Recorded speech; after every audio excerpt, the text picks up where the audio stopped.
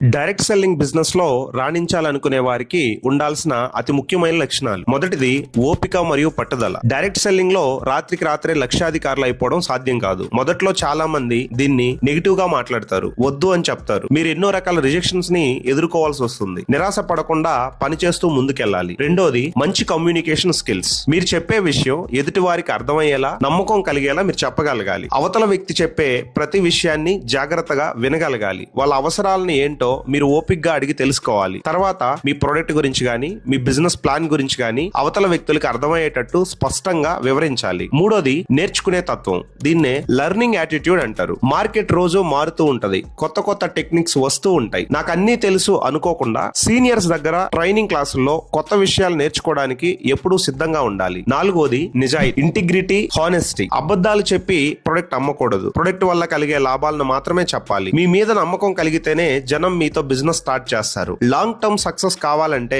నిజాయితీ చాలా ముఖ్యం. ఐదోది సెల్ఫ్ మోటివేషన్. ఈ బిజినెస్ లో మీకు బాస్ ఉండరు, మీరే బాస్. కాబట్టి ఎవరో వచ్చి పని చేయమని చెప్పే వరకు ఆగకుండా మీ అంతటా మీరే మీ గోల్ పెట్టుకొని క్రమశిక్షణతో పని చేయాలి. ఆరోది రిలేషన్షిప్ బిల్డింగ్. డైరెక్ట్ సెల్లింగ్ అంటే కేవలం వస్తువులు అమ్మడం కాదు, మనుషులతో సంబంధాలు పెట్టుకోవటం. మీ టీం సభ్యులతో మరియు కస్టమర్లతో ఒక మంచి స్నేహపూర్వక సంబంధాన్ని మీరు కలిగి ఉండాలి. ఒక లక్ష్యం పెట్టుకొని ఆ లక్ష్యం కోసం మీరు పనిచేస్తూ ముందుకెళ్లాలి. దీనికోసం పాజిటివ్ థింకింగ్, ప్రొడక్ట్ గురించి పూర్తి knowledge, leadership skills and timing follow చేస్తూ ఆన్ టైం మీ టీం ని, మీ కస్టమర్స్ ని ఫాలో అప్ చేసుకుంటూ మీరు ముందుకెళ్తే ఈజీగా మీరు ఈ బిజినెస్ లో ఒక పెద్ద సక్సెస్ ని చేరుకోవచ్చు.